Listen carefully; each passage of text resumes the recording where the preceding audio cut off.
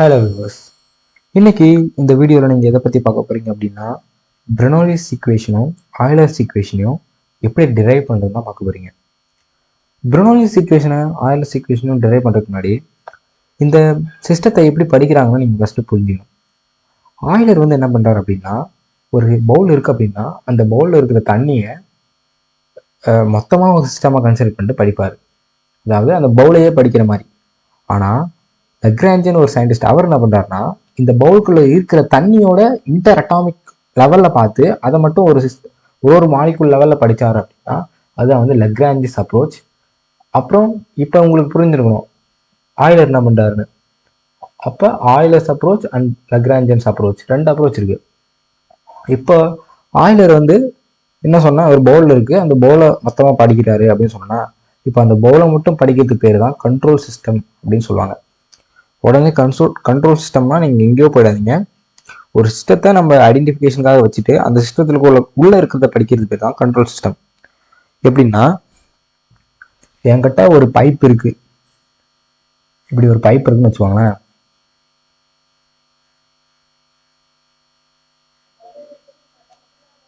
இந்த பைப்பை இதுக்குள்ள தண்ணி இருக்குமா, தண்ணி ஃப்ளோ ஆகிட்டே இருக்கு கண்டினியூஸா. எப்படின்னா, இந்த எண்டில் இருந்து அந்த எண்டு வரைக்கும்.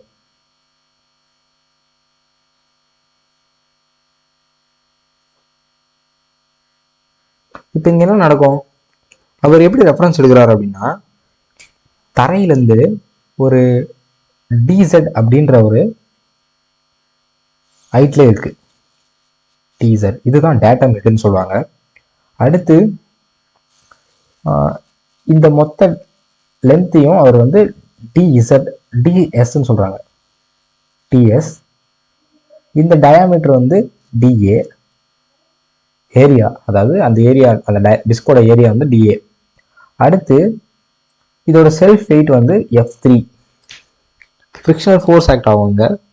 அதாவது இங்க ஒரு தண்ணி இங்க ஒரு போதுன்னா இதுக்கு ஆப்போசிட்டா இப்படி ஒரு ஃப்ரிக்ஷன் ஃபோர்ஸ் F3 ஒரு ஃபோர்ஸ் ஆக்ட் ஆகுது, F1ன்னு. அதே மாதிரி இந்த சைடு உள் சைடு ஒரு ஃபோர்ஸ் ஆக்ட் ஆகுது, F1 F2ன்னு. சென்டர்ல செல்ஃப் வெயிட் ஆக்ட் ஆகுது, அதுதான் F3. லிட்டரலி F3யும் டிஎஸ்ஆரும் ஒன்று தான். பட் நம்ம செல்ஃப் வெயிட்டை மென்ஷன் பண்ணுறதுனால ஃபோர்ஸை வேற மாதிரி போட்டு மென்ஷன் பண்ணுறேன். இப்போ அடுத்து என்ன பண்ணாங்கன்னா, இது சென்டர் லைன், இதுக்கு தீட்டா ஆங்கிள் இருக்கு. இப்போ இதுல என்ன படிக்கணும் அப்படின்னா, இதுல வர ஃபோர்ஸை தான் நம்ம படிக்கணும். எப்படி ஃபோர்ஸை படிக்கலாம் அப்படின்னா, இங்க ஆக்ட் ஆகிற ஃபோர்ஸை பாருங்க. ஒன்று இந்த சைடு ஆக்ட் ஆகுது, F1 மேலே டைரக்ஷன் பாருங்க, பாசிட்டிவ் சைடு ஆக்ட் ஆகுது. ஆனால் F2 அதுக்கு ஆப்போசிட்ல அப்படியே இப்படி ஆக்ட் ஆகுது. இங்க F3 பார்த்தீங்கன்னா இந்த தீட்டா டிஸ்டன்ஸ்ல ஆக்ட் ஆகுதா, இது F3. இது YA, இது X. இதை நான் ரிசால்வ் பண்ணும். ரிசால்வ் பண்ணா எனக்கு நான் ஒன்லி எக்ஸ் காம்பனன்ட் மட்டும் தான் கன்சிடர் பண்றேன். எக்ஸ் காம்பனன்ட் மட்டும் தான் கன்சிடர் பண்றது அப்படின்றதுனால இது F1, இது F3 காஸ் தீட்டா. இது எப்படி வந்துச்சுன்னா, இது என்ன அட்ஜசன்ட், இதுக்கு இது அட்ஜசன்ட் சைடு, இது ஹைபோடனஸ் சைடு, இது ஹைபோடனஸ் சைடு, இது அட்ஜசன்ட் சைடு. எனக்கு என்ன தேவை அப்படின்னா, இந்த சைடு எக்ஸ் காம்பனன்ட் மட்டும் தான் தேவை. இதை தீட்டா ரிசால்வ் பண்ணா எனக்கு F3 காஸ் தீட்டா வரும். அதே மாதிரி இங்க F2. இப்போ நெக்ஸ்ட் என்ன பண்ணுவோம் அப்படின்னா, நம்மளுக்கு தெரியும் நியூட்டன்ஸ் லா ஆஃப் மோஷன் என்ன சொல்லுது. Second law of motion, force is equal to mass into ஆக்சலரேஷனா. இங்க மாஸ் என்ன அப்படின்னா density, rho equal to mass by வால்யூமா. மாஸ் நாங்கள் எம்னு வச்சுப்போம். வால்யூம் என்னன்னா லென்த் இன்ட்டு ஏரியா தான் வால்யூம். லென்த் இன்ட்டு ஏரியா தான் வால்யூம்ன்றதால நான் வால்யூமை DA into DS, length DS, area DA போட்டாச்சா. அடுத்து என்ன பண்ணுறேன், இந்த ரோ அப்படியே வைக்கிறேன். இப்போ மாஸ் எனக்கு வேணும் அப்படின்னா mass is equal to rho into DA into DS இப்படி போடலாமா. இதான் உங்களுக்கு மாஸ். அடுத்து என்ன தேவை அப்படின்னா, மாஸ் கிடைச்சாச்சு. Next acceleration. ஆக்சலரேஷன் எப்படி கண்டுபிடிக்கணும் அப்படின்னா, சேஞ்ச் இன் வெலாசிட்டி. இப்போ velocity is equal to change in displacement by டைமா, எஸ் பை டிடி. இந்த டிஸ்பிளேஸ்மெண்ட் அந்த லென்த் தான். இப்போ acceleration is equal to change in velocity by change in time. அதான் வந்து ஆக்சலரேஷன். இப்போ நான் மேலே கீழே டிஎஸ் மல்டிப்ளை பண்ணுறேன் ஆக்சலரேஷன்லேயே. இப்படி மல்டிப்ளை பண்ணி இன்டர்சேஞ்ச் பண்ணும்போது எனக்கு என்ன கிடைக்கும்னா டிவி பை டிஎஸ்ன்னு கிடைக்கும், இன்ட்டு டிஎஸ் பை டிடின்னு கிடைக்குமா. இப்படி இன்டர்சேஞ்ச் பண்ணி எழுதும் போது எனக்கு ஆக்சலரேஷனோட வேல்யூ வந்து டிவி பை டிஎஸ் இன்ட்டு இங்கே இருக்கிற வெலாசிட்டி வி, இந்த வி அப்படி வரும். இதான் வந்து ஆக்சலரேஷனோட வேல்யூ. இப்போ நான் எதோட வேல்யூ எடுக்கணும் அப்படின்னா நெக்ஸ்ட்டு ஃபோர்ஸோட வேல்யூ கண்டுபிடிக்கணும். இப்போ F1ஓட வேல்யூ என்னன்னு பார்ப்போம். F1 வந்து இங்கே ப்ரெஷர் மூலியமாக நம்ம கண்டுபிடிப்போம். Pressure is equal to force by area. Force வந்து இங்கே F1, ஏரியா வந்து டிஏ, ப்ரெஷர் வந்து நான் கேபிட்டல் பியில் வச்சுருக்கேன். அப்போ capital P into DA equal to F1. அப்போ F1ஓட வேல்யூ கிடச்சிச்சு. நெக்ஸ்ட்டு F2வும் இதே மாதிரி ஒரு சுச்சுவேஷனில் தான். பட் F2க்கு வந்து என்ன இருக்குன்னா இங்கே ஆக்ட் ஆகிற ஃபோர்ஸு அப்படியே வந்து இங்கே ஆக்ட் ஆகுமானா கிடையாது. இந்த லென்த்தை பொறுத்து ஃபோர்ஸ் வேரி ஆகும். அதனால தான் ப்ரெஷர் வேரி ஆகும். அதனால என்ன பண்ணுறாங்க, F2 equal to actual pressure P plus change in pressure per unit area per unit length into unit length into dA equal to F2 P plus dP by ds into ds into dA. இதான் வந்து F2 ஓட value. Next என்ன அப்படின்னா F3 கண்டுபிடிக்கணும். F3னா என்ன, self wait தான் அங்கே வந்து ஆக்ட் ஆகுதா.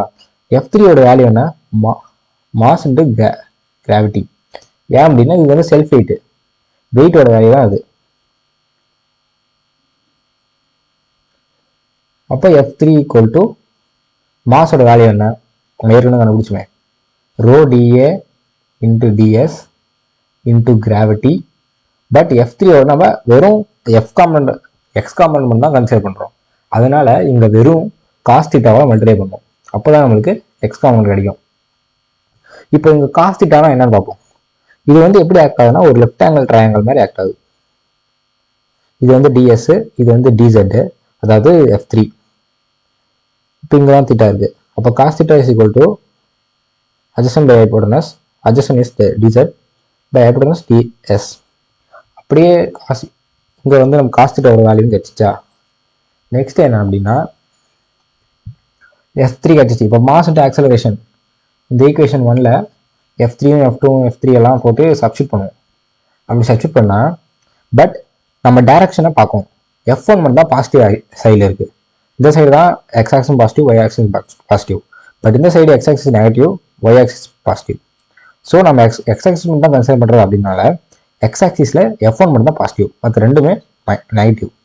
ஸோ ஃபஸ்ட்டு F1 மட்டும் எழுதுங்க. Capital P into DA minus P plus DP by DS into DS into DA minus rho DA DS G cos theta equal to continuation equal to mass into acceleration. Mass nothing but dA into ds.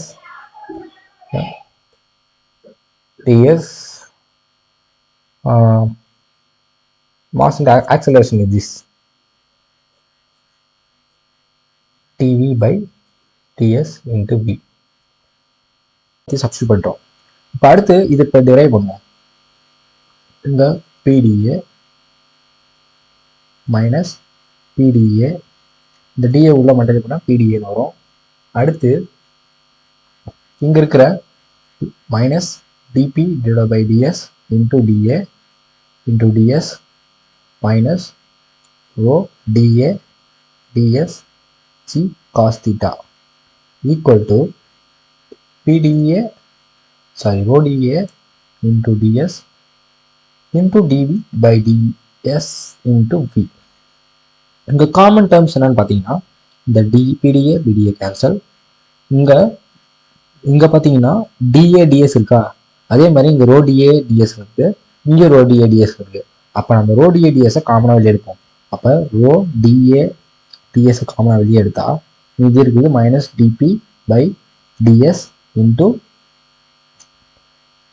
1 by rho. ஏன்னா நம்ம row இங்கே row இல்லாதனால row வெளியே காமனாக எடுத்துட்டோம்.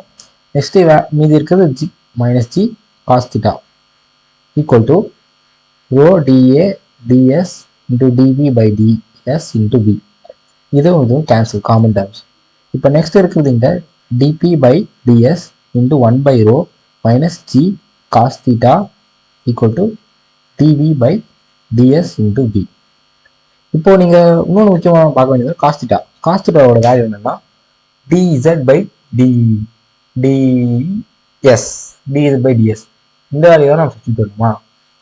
அதுக்கு என்ன பண்ணுவோம் அப்படின்னா மைனஸ் டிபி பை டிஇசட் அந்த ஈக்குவேஷனில் காஸ்திட்டாவோட டி பை இசட்டை சப்ஸ்டிட்யூட் பண்ணுவோம்.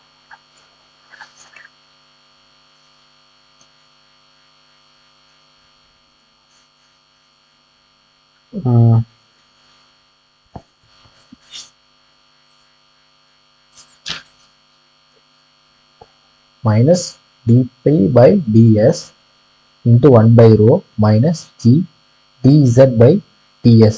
இந்த dz by ds எப்படி வந்துச்சுன்னா காஸ்ட் டர்பர் சப்ஸ்டிட் பண்ணுறோம். அடுத்து equal to dv by ds into v. இப்போ எல்லாத்துலேயுமே ds காமனாக இருக்கா, அப்போ எல்லாத்தையும் அடிச்சுட்ருவோம். LHS equal to RHS. மீதி இருக்குது minus DP by rho minus G DZ equal to DP into P. இப்போ இந்த மைனஸ் சிம்பிளை வந்து நான் கேன்சல் பண்ணோம் அப்படின்னால மைனஸ் அனுபவம் போடுறேன். அப்போ DP by rho minus G DZ equal to minus DV. இந்த மைனஸ் டிவி இந்த பக்கம் சொன்னால் ப்ளஸ் டிவாக மாறிடும். அப்போ DV plus DP by rho plus g dz equal to something constant. So இதுதான் வந்து Euler's equation. It is known as Euler's equation. இப்போ Euler's equation வந்து Bernoulli's equation நம்ம டிரைவ் பண்ணோம். Bernoulli's equation எப்படி டிரைவ் பண்ணா இன்டெகிரேட் above equation அவ்வளோதான். Integrate பண்ணுறோம் டிவி இன்ட்டு வி ப்ளஸ் இந்த வி வரும் விடிவி இருக்கும் DP by rho integrate plus integrate G DZ equal to constant.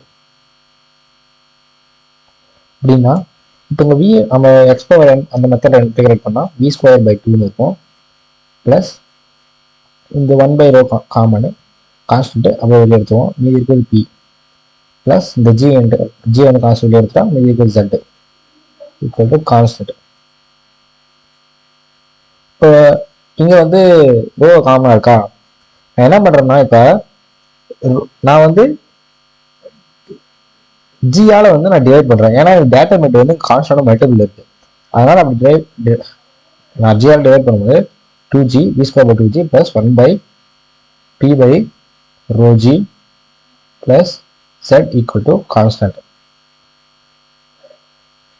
நீங்கள் பார்த்தீங்க அப்படின்னா இந்த இண்டிவிஜுவல் டேர்ம்ஸ் ஒன்றுமே ஒரு ஹெட்டை குறைக்குது.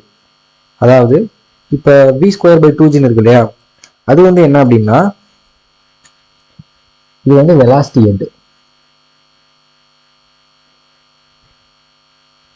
புரியுதுங்களா? இது வந்து வெலாசிட்டி ஹெட்டு. சாரி கலர் தெரியல.